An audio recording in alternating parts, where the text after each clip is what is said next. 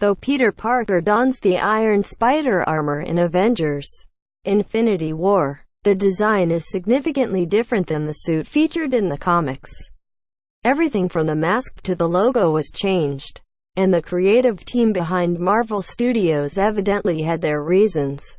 Alongside other notable design updates in Avengers: Infinity War, including Iron Man's Mark L suit and Captain America's new Nomad-inspired look, Iron Spider's armor stood out considerably, marrying design elements from both Spider-Man and Iron Man. Interestingly, the texture is exactly the same as Iron Man's bleeding edge armor, suggesting this suit is composed of the same kind of nanotechnology.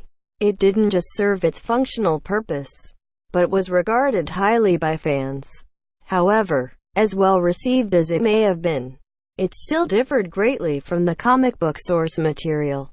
Related, Loki survived Infinity War in one of Marvel's fake Avengers scripts. Marvel's Avengers: Infinity War, the art of the movie is filled with numerous explanations regarding various decisions made during the production of Avengers: Infinity War. In regard to Iron Spider's look, it includes some interesting comments from Marvel Studios head of visual development Ryan Meinerding, who explains why the studio deviated so significantly from the comic book design.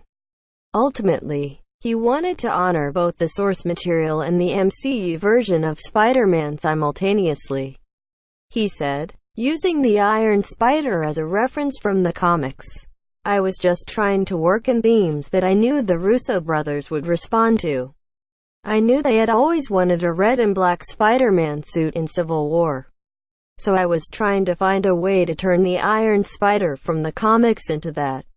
The Iron Spider in the comics has gold, bulbous eyes, and I felt like I really wanted to hold on to the Romita eyes that we established in the previous suit design. So taking that red and black theme, incorporating some gold, and then trying to keep the same head design, specifically the eyes, was kind of why we landed where we did." In part, Meinerding's choices seem to have been made simply because Spider-Man is so new to the MCU, and, by extension, that some visual elements, most notably his distinctive, flexing Romita eyes, are still fresh and original to audiences.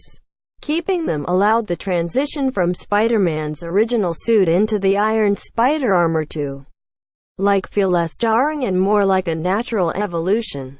The gold accents on the suit were added as a homage to the comics.